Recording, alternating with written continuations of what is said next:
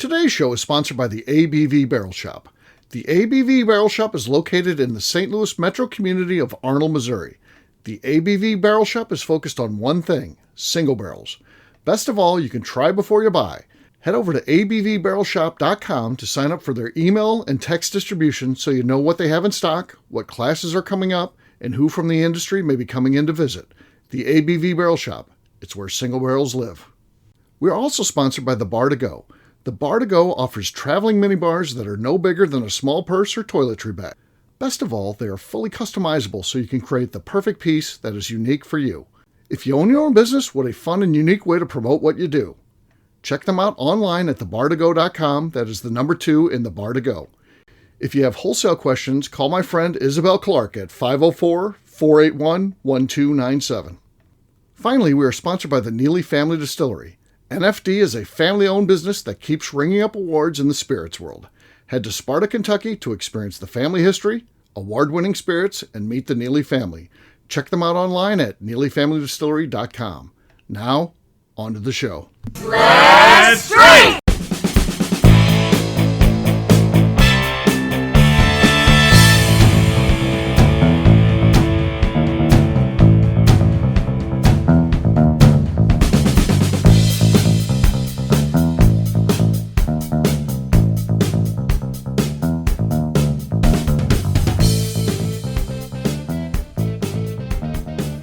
Welcome to the Bourbon Daily, the podcast about everything bourbon delivered to you every day of the week.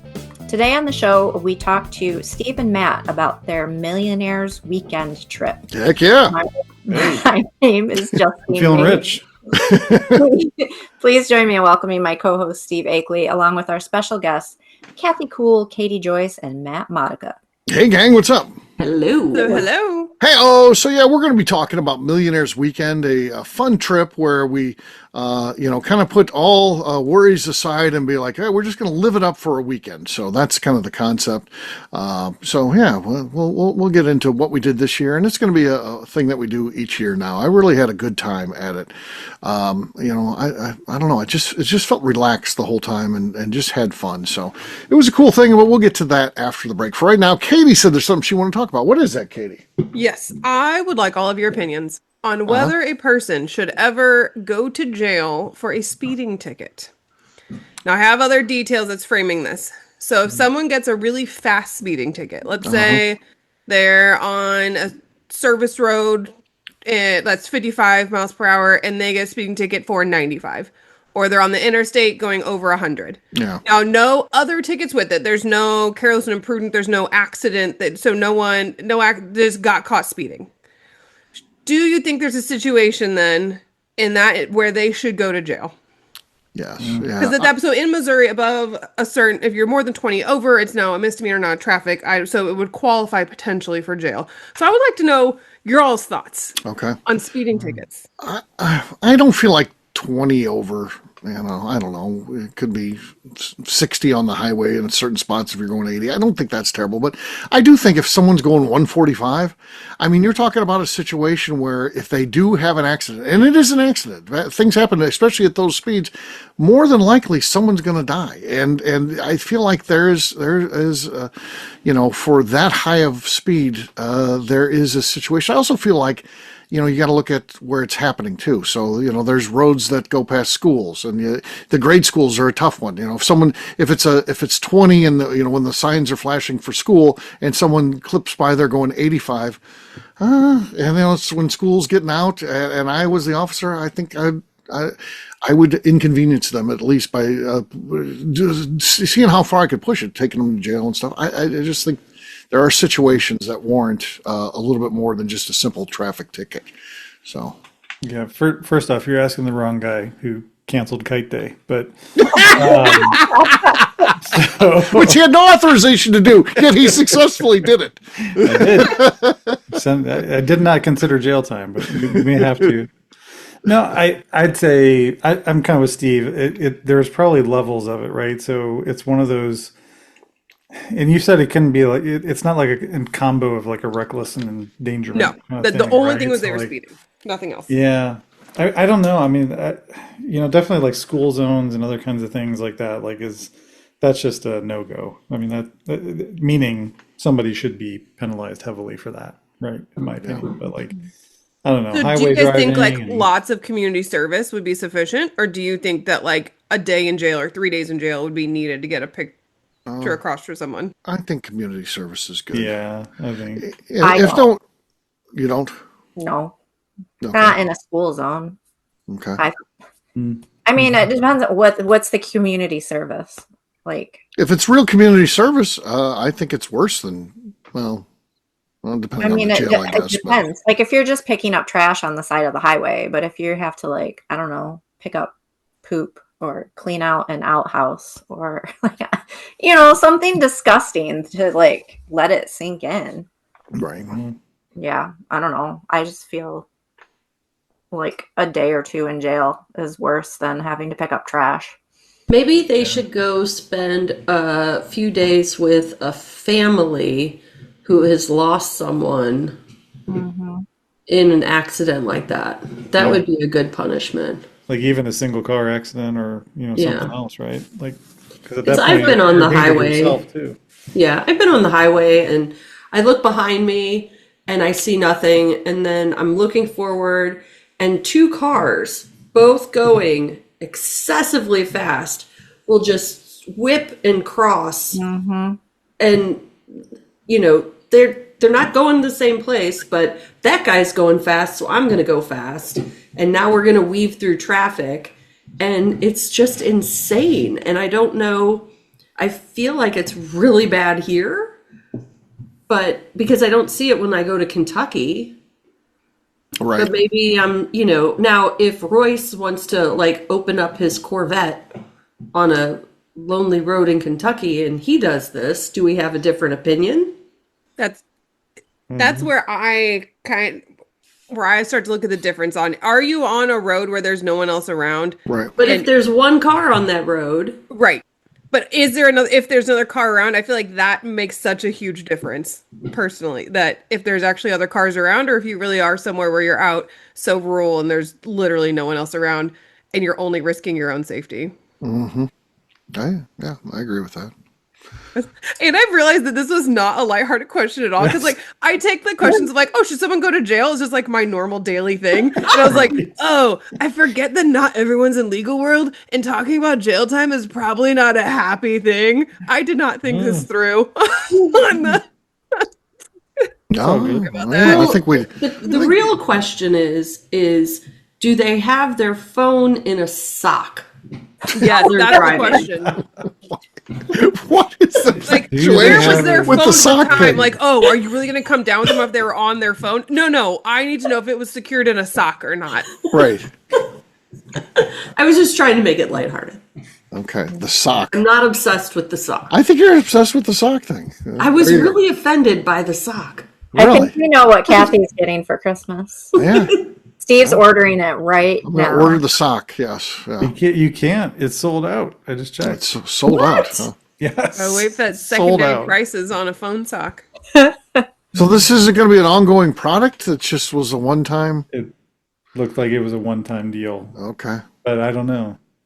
So we'll see. You got to now just get the sock printed onto a regular phone like Matt just sent in chat. That's Right. right. Yeah.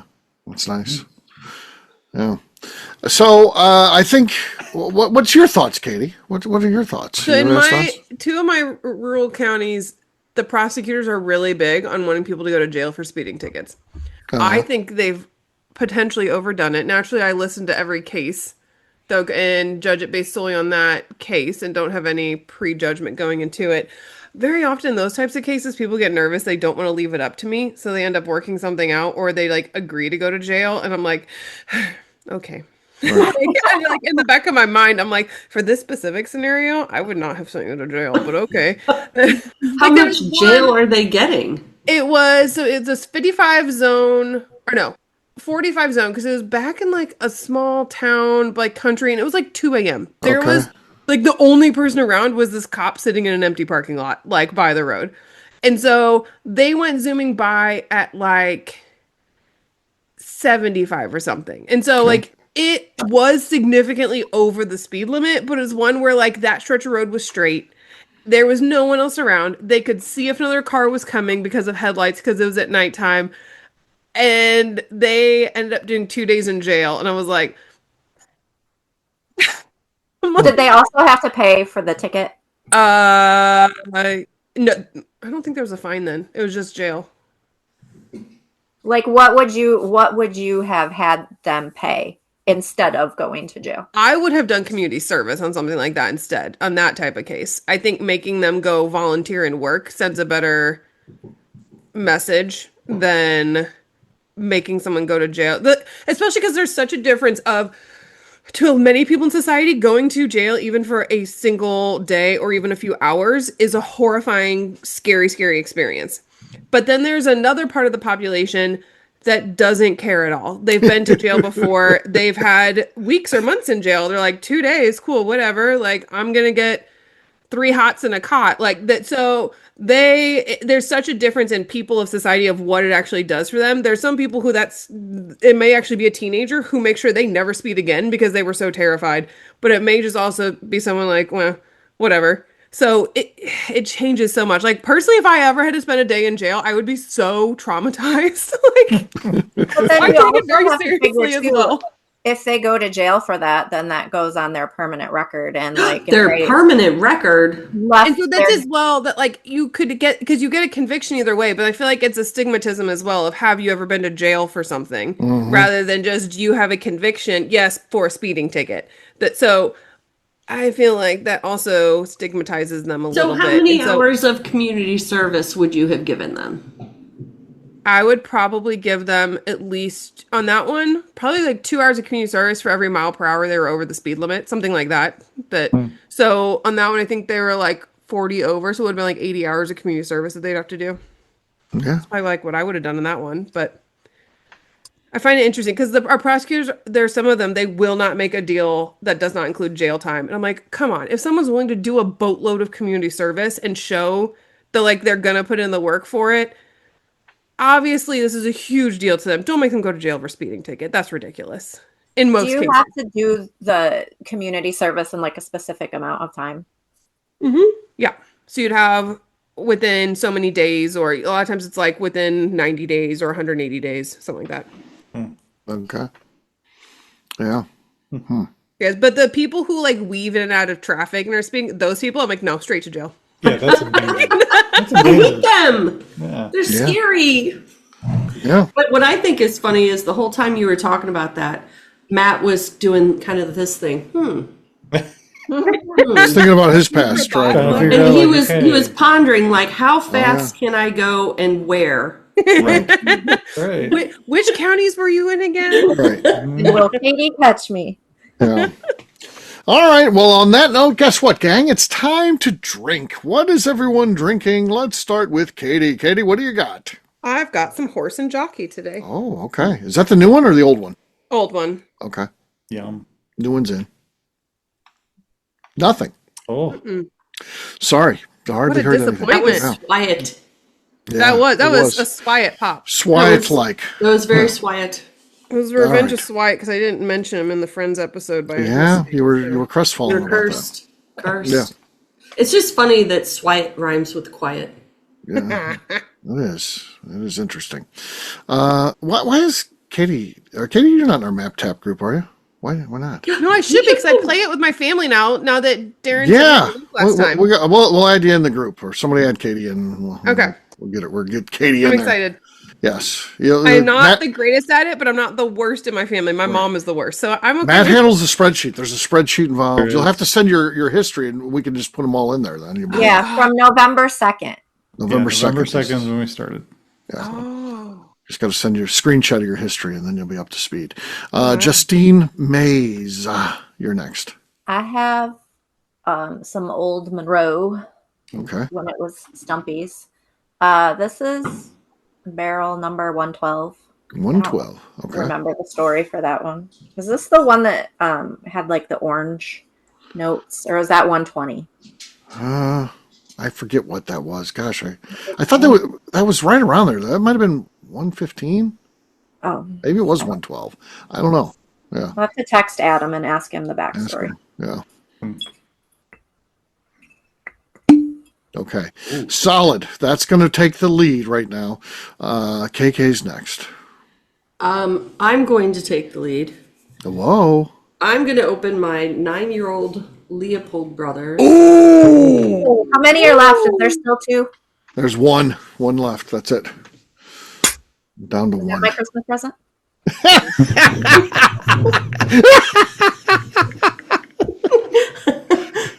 Look, he's being jolly about it. Yeah.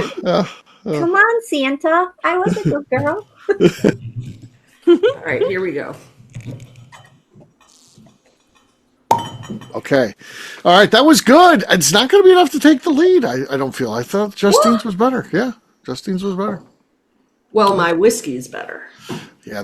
That's the best one yet. I don't know how many years they've been doing it. Well, I don't know how many years they've been doing it. I think they came out with the 4 years. So it's, I guess 4 was the first time they did it. So we're at 9 years now. So that's 5 or 6 release, I guess.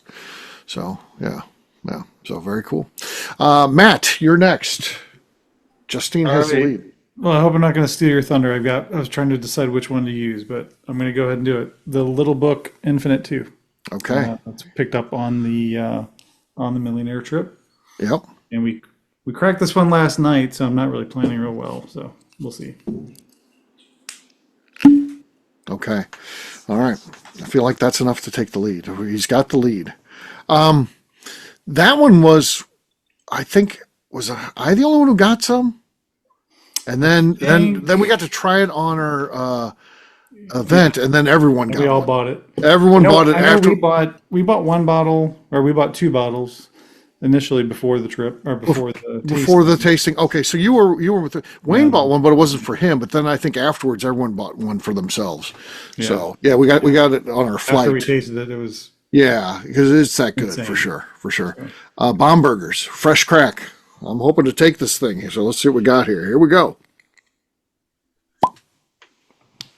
Ooh. That was good. I think that's going to be good enough, right? Does anybody feel I need to throw it to a judge?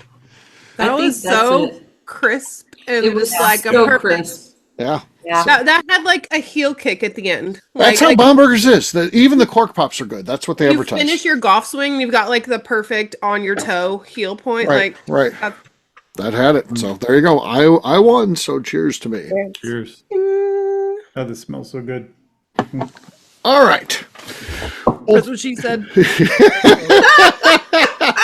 I was taking a drink. I almost choked on my whiskey. I was gonna say, I was almost- trying to get it out faster. Yeah, almost had the whiskey coming out the nose. But Oh, okay. that would have been good. That would have been good. All right. We'll take a quick break. And then when we come back, we're going to be talking about Millionaires Weekend. We're going to answer your questions. I'm talking to the crew now in the studio in just a few.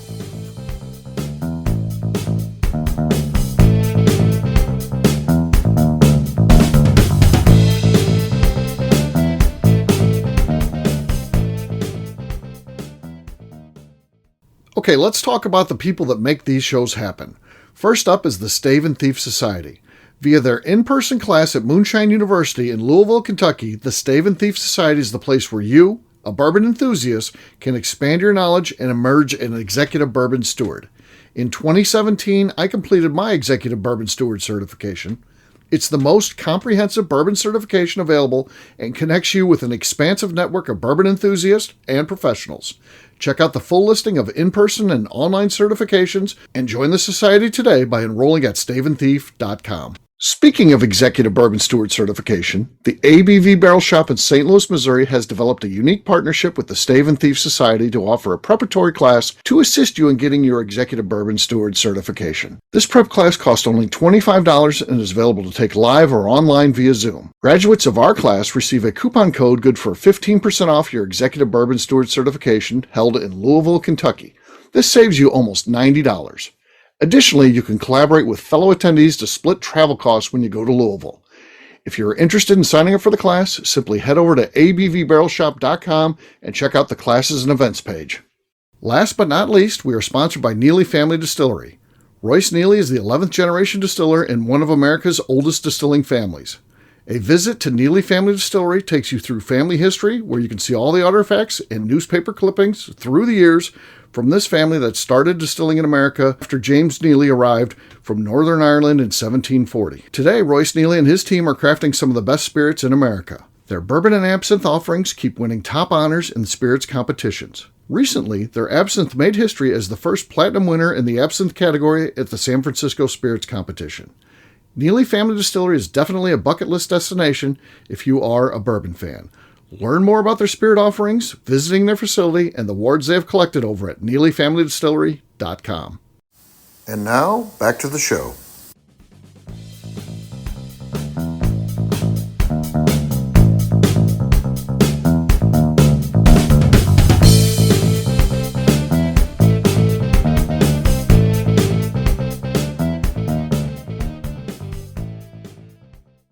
So what's short and what's long? Hey now! Because You're listening to the Bourbon Daily.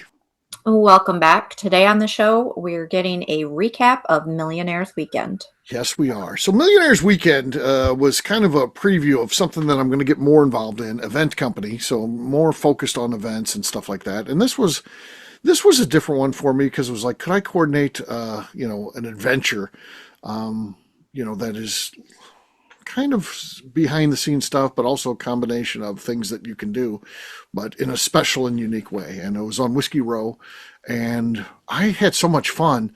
I was like, I can go to Whiskey Row every year. And, some of the things we might end up doing the same, others would be different, but there's a lot to do there. And I thought that's kind of the place I want to be. One Whiskey Row trip a year just to stay on top of what's going on there. So I had a really good time. So did you develop an agenda?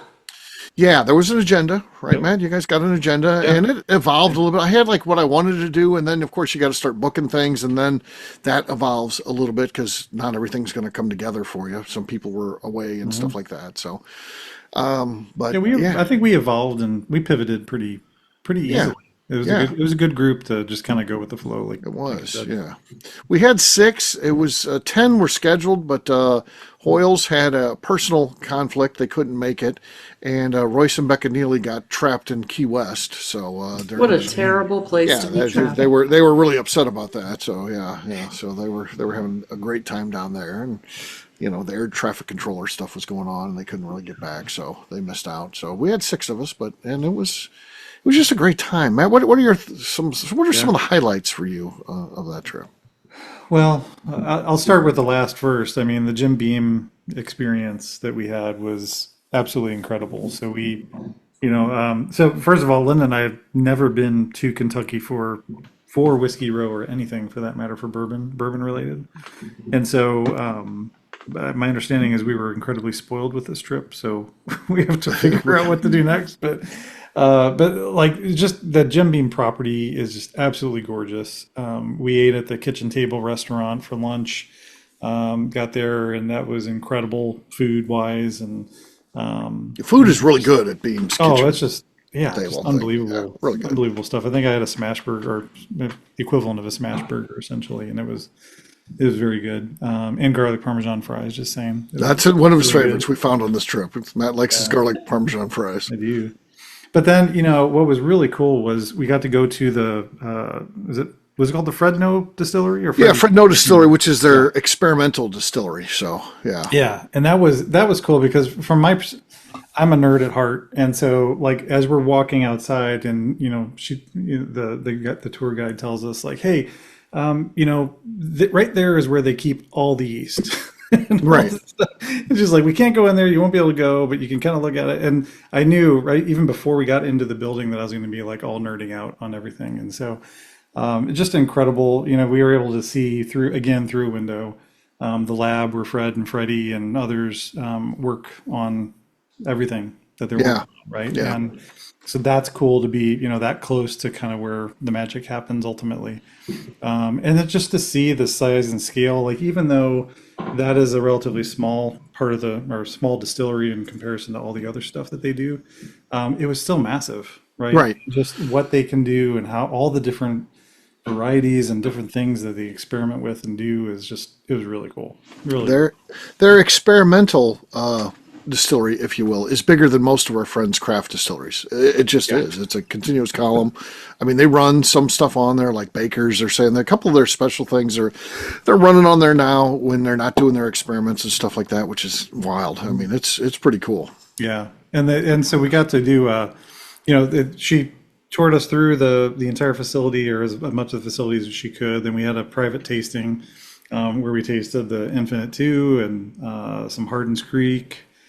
What else was there, Steve? There's a couple others that we got to taste, but we got to blank. Yeah, we got to taste what was it? Bakers or one of those? Yeah, there was a Baker's. Yeah, and I think there was another one. But at any rate, the tasting was awesome. And then we got to go out to one of the rick houses. I can't remember. I want to say it's H, or I can't remember which one it was. But I do think it's H. Yeah. And it was built in 1935, holds 20,000 barrels. I mean, and just something to walk into something that size, that old, that is carrying that much weight. Yeah, kind of scares you a little bit when you go in it. But yeah. And then we got to thieve out of a few barrels, and it was just got to drink some of the experiments too, so that was cool. Yeah. She's like, hey, the office is open there. Would you guys be interested? There's a couple experiments they've been working on. You guys want to try them? I'm like, we're all like, no. We're like, you don't have to ask anyway. We're like, that's just a yes. So that was cool. That was incredible. So I'd say overall that whole experience, and just I want to go back and spend more time there. But I'd say my number 2, and probably Linda's as well, is I think just hanging out at Buzzard's Roost. Yeah. Fun, right? And getting to taste some White Dog coming right off the still, and doing it again. And the cocktail bar is cool, and I mean, Jason's a cool guy. He's a good host. Yep. Yeah, so, absolutely great stuff. And then he took us to the Speakeasy, which my understanding is not many people get to go in that. And, right. That was a really cool space that they put together. So really good stuff. One of the highlights, only Wayne and I got to do this because it was Matt and Linda came a little bit later than we got there, and then Schott and Tim Howard, they were going and they were taking their executive bourbon steward. So there was a day where they weren't there. The Monicas hadn't arrived yet, and it was just Wayne and I. And we went and we saw Bernie Lubbers. He's got that new gig at the Fraser Museum. Oh, that was looks fantastic. So cool. It was so cool. That'll be probably on the agenda again next year, since a lot of people didn't get to do it. And it was awesome. So it's in this, tiny venue. We had 13 in there. It's designed to hold up to, it could probably hold 50, but they want to limit it to like 25. So we're about half capacity, and it's cool. You go in there, you get a welcome cocktail, and then you get a flight during the performance. And then it's him and this Grammy nominated artist. That's a bluegrass artist. That's like really well known if you're big into bluegrass. And, it was good. And I've seen Bernie do that before, but this was different because he had the other guy with him, and then he was playing some of his songs and stuff like that. That guy played primarily, he played with a lot of different people, but Grandpa Jones, that was where he traveled with the longest. And that guy was the grandpa from Hee Haw, if you're old enough to have watched that show, that guy. So, it was just a cool experience. So. Well, and then the other one, I guess I can talk about the private taste, the private club. Yes. Mm-hmm. Yeah. Okay. All right. So there was we were able to go because of Steve's connections again, right, to the Old Carter Private Club. Yeah. In downtown Louisville there, and absolutely gorgeous. They're in the process of refinishing a building, and this is just what you would expect for kind of rich, luxurious, leather-bound seats and sofas and all that kind of stuff. And I think they said they had 200 lockers there for members, and got to taste through 5 or 6 Old Carter varieties, and just hang out and learn and understand, and it was incredible. And evidently they're building a whole other floor. They're renovating a whole other floor for another part of of that club. Private club. And then doing something up there's like a level above that too that they're going to do something with. They haven't decided yet, so it's in like this work in progress, but it was really a cool thing. I hadn't been there before. Now here's just a pro tip. We went to Merle's Whiskey Kitchen on that day, and all of us got normal food other than Shot. He was like, I've been eating too much crap, so he decides to get a salad. All the guy fucking eats is a salad, and we're drinking like fish. So at Old Carter on those 6 premium things, it just hit him. I mean, where he's going on, and then you could see it. You could see it. It just went over like a blinds or something. And he just because he's no. Shot, he doesn't stop talking. He just starts asking the same questions again and again and telling the same stories. It's like, dude, stop! You gotta and then we go out to dinner, which we went out to dinner to a really cool place called Cured. We'd never been there before. That's fantastic. That's That on was like incredible. that's on like the A list. So anytime we go to Whiskey Row, we'll be going to Cured now. That place is it's really good. Yeah, it's all cured meats and different. That's what they specialize in, is all Yes. cured meats and things, and their appetizers are to die for. Yeah, yeah. It's so if you're thinking, well, I don't like cured meat, but it's also like pasta. It's like fusion stuff. It's like, it's like Shot got carbonara, which he doesn't even remember eating there, by the way. But he got a carbonara where they had cured the carbonara, the bacon in there and themselves, and it's just so that place is freaking awesome, man. It's really cool. But Shot is annihilating there. He has to go to the bathroom at one point, and Wayne's got to hold him up at the urinal, which. Jeez. Oh no. I wish someone would have come walking in. That would have been my dream. If someone come walking in. I'm just helping them. I'm just. Is Shot the male equivalent of McNew? Yes, I think so. So. I don't think Shot's gonna be happy to hear that. Yeah. Oh my. Sometimes just sit to pee.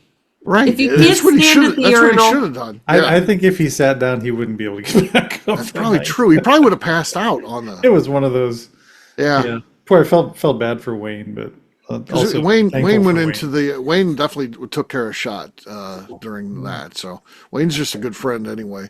But yeah, matter of fact, then we all have to walk back. And I was like, should we? And Shot's combative. He wants to walk. I can walk. I'm an adult. I can walk. You know what? And it's like you don't even want to deal with those people. That's what That's what makes Wayne so nice because he's willing to deal with them. I don't even want to deal with them. And then so they leave Like, before us fine, bye. because Wayne's like, I gotta deal with this guy. I'm gonna leave now. You guys, pay the bill or whatever you got to do. And so we were behind a little bit, and they got a good head start on us. But Shot apparently saw they have that one place where you blow glass, and they were doing that. This was late at night, and they had like college students. It's part of the university, and they were blowing glass. And Shot apparently loves that. He was drawn to that. He was just standing there, just looking in the window. That's not creepy. No. The college girls blowing glass, and Shot's just there looking in the window. And they got the windows open because obviously it's very hot in there, Yes. So the windows are cracked, and there's Shot standing there. Wayne's like, oh, he doesn't want to stop watching this. So. Well, so the other thing we got to do, and kind of going out of order in the way we did them, but we were able to go to the Green River experience and do the decanter fill, and I'm holding up That's the decanter. such a cool decanter. Like what a fun thing. And that was a cool experience. That was fun to be able to kind of do that and get there.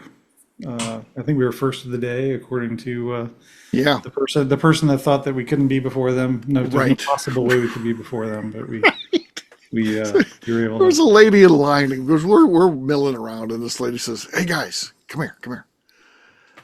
Do you know what's going on today?" And we're like, "No," and I didn't know what she was talking about. I thought maybe there's a special barrel release or something like that, and we're like, "No," and she's like, "They do a thing here where you can actually fill a decanter." But they only do 20 people a day, and it's pretty exclusive. So stick around here because there are other people coming around, and we'll get in there. And I was like, we're on the list. We're doing that right as soon as they open the door. She's like, buddy, that's not how it works. That's not how it works. You have to stand in line. Those people. And it's the first 20 of the day, and I said, no, I've got this. My group is all going in, and she's like, no. And then they open the doors, and they're like, who's here for the Steve Akeley party? And this lady's first line, she's trying to go to the register to pay, and she's standing there, and she's like, I want to do the experience. They're like, well, we do it at noon. And this was 11 when they opened, but this group is going to be in at 11.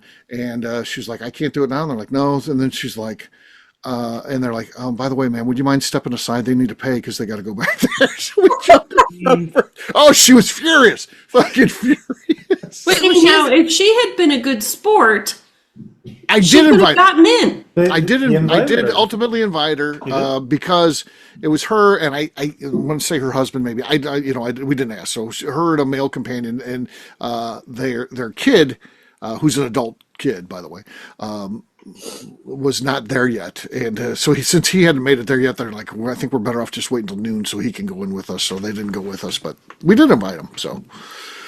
But yeah, that's cool. Then you get to go back to like the speakeasy and you fill your thing and then drink. Just with you got your own private bartender, which is cool. Yeah, I mean, it's pretty incredible awesome. cocktails. Yeah, Absolutely. Really good stuff.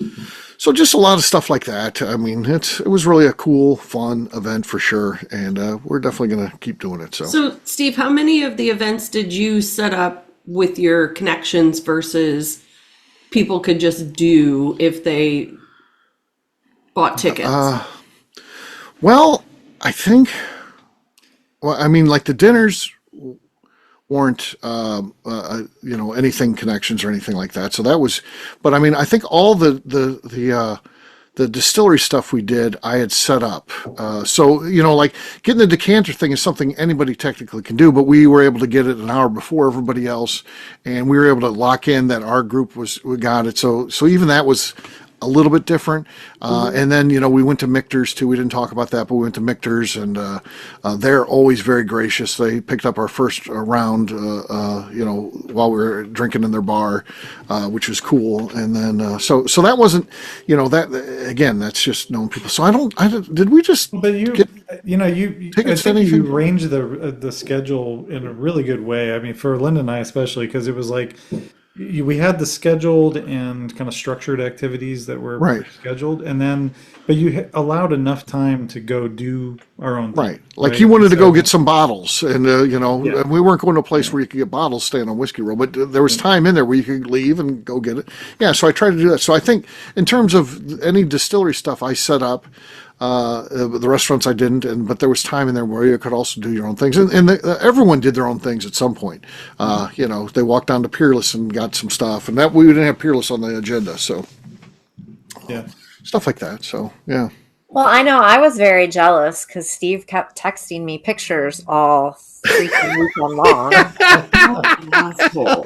And I'm like, dude, it's not very nice. Well, I promised. Who did I promise? I promised somebody I was going to take pictures, and so I got the what's it called? The album all set up and got ready to share their pictures and all that stuff. Yeah. So Matt's always good about having that kind of stuff. He earns his way into all the stuff because he does all the behind the scenes work like that. So that's helpful. Helpful stuff. And and this whole crew's going next year. So yeah. They're going to all be part of it. I have my jar to save my money. Okay, yeah, that's a key part. I was going to use a whiskey bottle, like an empty whiskey bottle, because then I knew I wouldn't be able to get it out. And then when it's time, I have to break it. It's one of those things you don't have to do it, but I think it's a fun part of it because it's this idea of, hey, we're going to be doing things, and I don't want somebody to be like, I don't want to go to that dinner because that's kind of an expensive place. I want it to be like, you have this kind of mad money that you've set aside yourself, and then when you're there, it's like, hell yeah, I'm going to go to Cured, and I'm going to order, a steak that I don't normally get, or whatever it is. I'm not saying you have to order steak if that's not your thing, but whatever it is, to indulge on yourself, and a little bit guilt-free because you saved for a whole year. This group, we really did. Many of us, had Matt didn't, but the rest of us kind of had a little bank where we saved money, and it was cool. It worked out good. Then you're buying bottles, because you get there and they're like, oh, there's bottles, and it was like everything was like, oh, I'm buying that. I saved up $900 and something, and I bought quite a few bottles. I ended up spending like $400 after. So like, it cost me like $1,300 for the trip, and it's only cost me for all that fun I had like $400, and that includes all the bottles that I brought back too. So, yeah, so that's a win. That is a win. Yeah. So. And like that's such a great type of trip where you're like, it's the trip itself isn't the treating yourself, like you're planning on doing the fun things and splurging on the things you wouldn't normally Right. do. Like that's makes for such a memorable trip. That's great. Yeah. Yeah. Yeah. So it's really fun, and I think we can go back and do this for many years and not get bored. So we'll see how it feels Well, next year. But, Whiskey Row evolves so I know. much. Yeah. There's more distilleries being built right now down there, so there'll be new places to go next year. So Well, I was and probably that's- on Whiskey Row 3 times last year. I never saw Green River. They right. weren't there yet. It's amazing. Like every one of those places too is just very well put together, very typically well organized, right? And I'll just say too, for a relatively big city in downtown area, like Louisville was clean. We felt safe. Right? Yeah. I mean, it was just one of those. It was just a great experience overall. Yeah, for sure. Well, there you go. On that note, we'll wrap this one up as we always do by talking about where people can find us. Matt, we'll start with you. Where can people find you? You can find me enjoying some more of this Infinite too, because I think I might do a second pour. And then sabertoothcyber.com on my website. All right, Katie.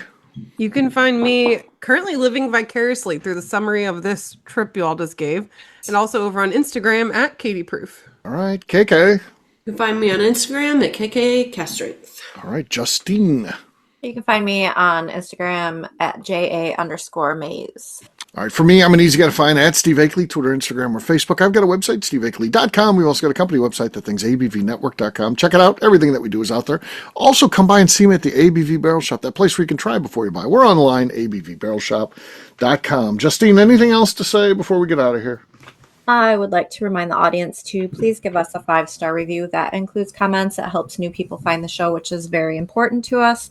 Also, if you like what we're doing, please visit our Patreon page at patreon.com/the ABV Great job today, gang. For our audience, we'll have a brand new show for you tomorrow. Looking forward to that. Until then, take care, everybody. See ya. Bye. Bye-bye. Bye. Peace.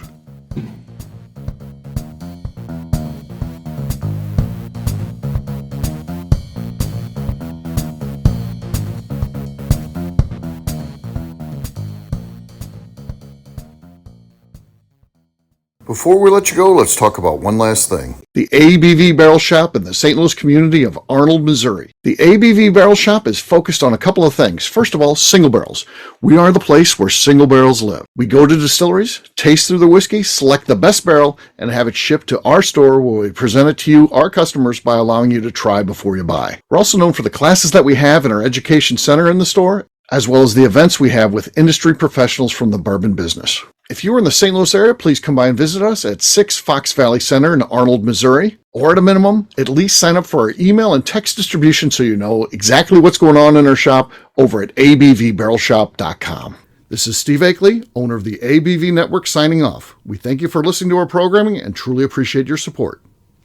The Bourbon Daily is part of the ABV Network. For more information or to become a sponsor, please visit abvnetwork.com. Thanks for listening and cheers. This has been a Steve Akeley production.